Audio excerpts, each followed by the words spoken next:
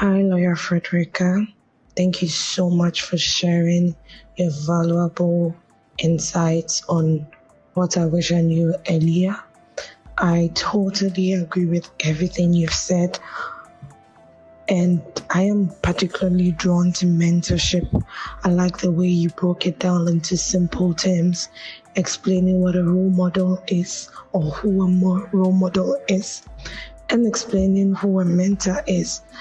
And I agree that you have to get someone close to you that could lead and guide you and shape your path, especially if they've gone through that path before.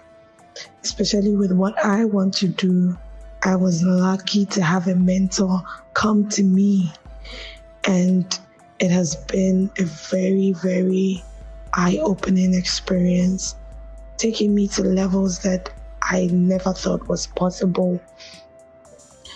And so I love this podcast most especially, and I think I've picked a few pointers that I want to go with. And I also look forward to the story session, so please don't stop it. Although I'm not a lawyer, I really enjoy the experiences, and I pick one or two lessons from them. So thank you so much for this initiative. Thank you for what you're doing. And I can't wait for the next episode. God bless you. Welcome to the Diary of a Ghanaian Lawyer, your gateway to Ghanaian law and the lives of Ghanaian lawyers. I am Lawyer Fredericka, your host for this podcast. Over here, we explore the real-life wins, the struggles, and the strategies of lawyers in Ghana and beyond. So in our third episode, titled What I Wish I Knew Earlier, we got a lot of feedback, like a lot. Thank you all for keeping the conversation going. In fact, I love today's voice note. Thank you so much. And to all our listeners, feel free to reach out to us on any of our platforms. Today's episode is dedicated to a special lady, Miss King. So she listened to our third episode and she sent in 4 really thoughtful questions concerning mentorship. So let's just get into it. Her first question was, is it needful for everyone to have a mentor? In my opinion, no. Not necessarily. See, mentorship is powerful, but it's not a must for success. Some people thrive with mentors because mentors guide you. Mentors, they save you from making avoidable mistakes, and sometimes they connect you to great opportunities. Admittedly, without a mentor, sometimes your growth process can be a bit slower or bumpier. There are some people who don't rely on mentors, however, and such people, they grow through books, experiences, role models, or even trial and error, and that's also okay. Personally, I've learned more from my role models than my actual mentors. And thanks to this digital age, people share a lot. They share their successes, their struggles, and even unsolicited advice, like I'm doing, which, if you pay attention to, it can really help shape your journey. But one thing I've learned in life is to love those I admire from afar. James McBride said, never meet your heroes. And I get it. It took a while, but I get it. So there was this preacher I adored back then until I found out after his death that he had multiple sexual misconduct allegations against him. It shook me. I started questioning everything he ever said or taught. And mind you, this was just a role model, not even a mentor. So you can imagine if he were my mentor. So is mentorship needful? Maybe, but not for everyone. Is it helpful? Extremely. It is helpful. So learn to balance your mentors and your role models. Now to our next question. What is your criteria for choosing a mentor? Okay, now this question is quite personal, but I'll share my approach. So first I ask myself, Which part of my life do I need mentorship in? If it's law, I'm not going to my pastor. As wise as he is, his strength is spiritual guidance and not legal strategy, in my opinion. Also, I noticed that I'm naturally introverted. I don't open up easily, and asking for help is really hard for me. So growing up, I would often read a book first before reaching out to someone for help on any matter that I faced. I don't recommend this approach of mine because it can be time wasting. But in my life, my biggest mentor is my mother. I've watched her live what she preaches. I've seen her character, her consistency, her values. I noticed they align with mine. And she's accessible. And most importantly, she allows me room to grow. So it's easier to pick her out as my mentor. Now, here's a quick checklist I use, and you can use it too. So I check their character. Do they walk their talk? Or they are just saying things out there for people to, like them? I check their track record. Have they succeeded? Have they survived failures before? I check their values. Do they align with mine? I check their accessibility. Can I actually talk to them? When I talk to them, do they make time to respond to me? Yes. Then I also check if they give me room to grow. Do they shape me or they allow me to shape myself? Do they give me room to grow? Now, don't just pick somebody because they are popular or pretty impressive on the surface. Watch them. Do your research. How do they treat people who can't offer them anything? That speaks volumes. You can find mentors during your internship. You can find mentors at school, during your group studies, even in your family, your workplace.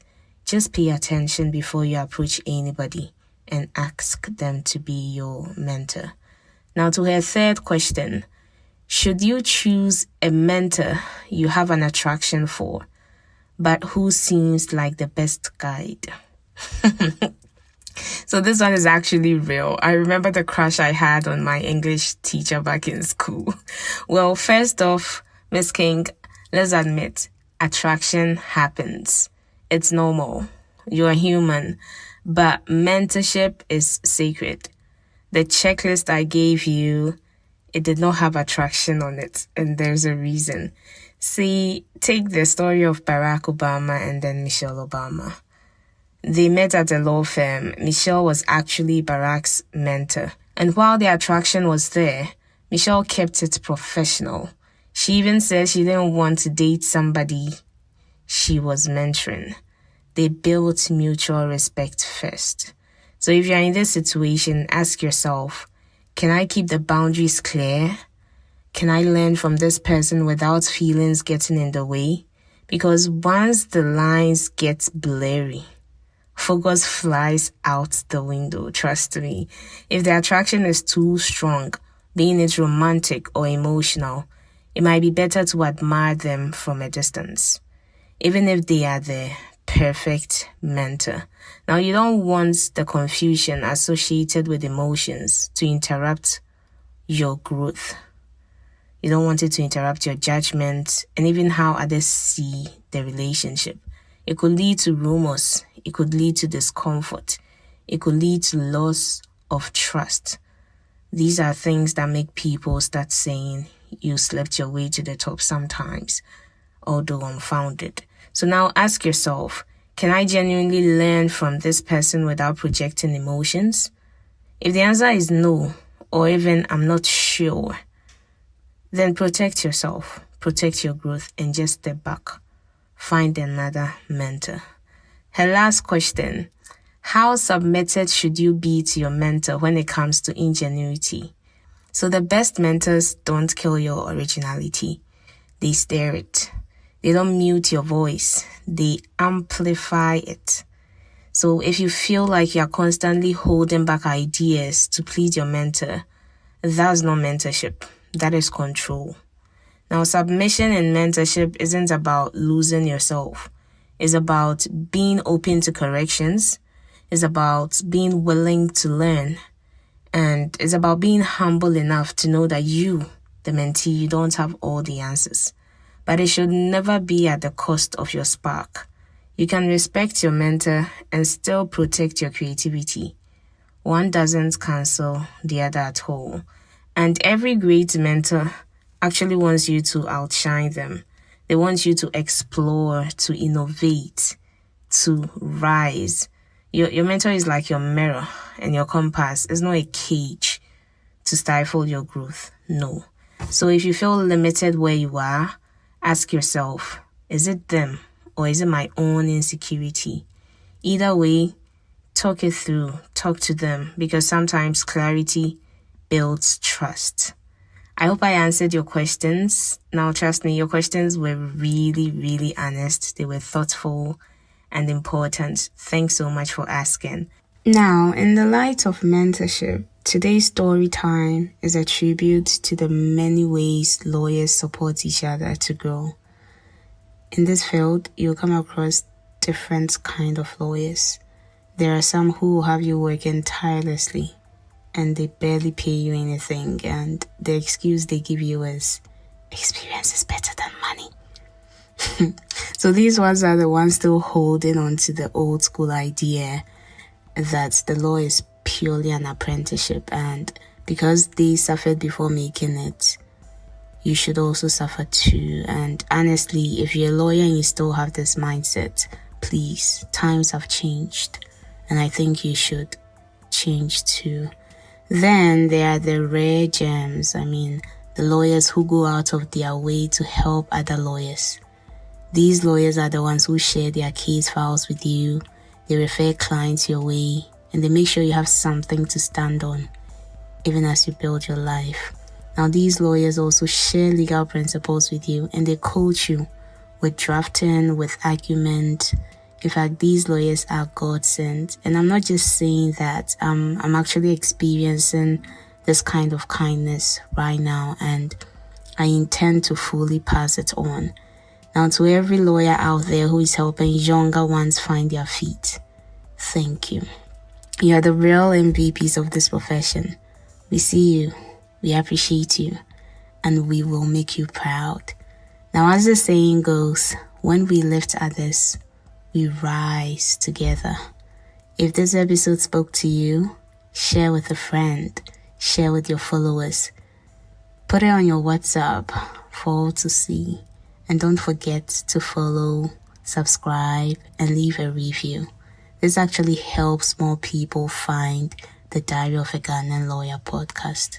Until next time, keep growing, keep sharing, and keep giving. Bye.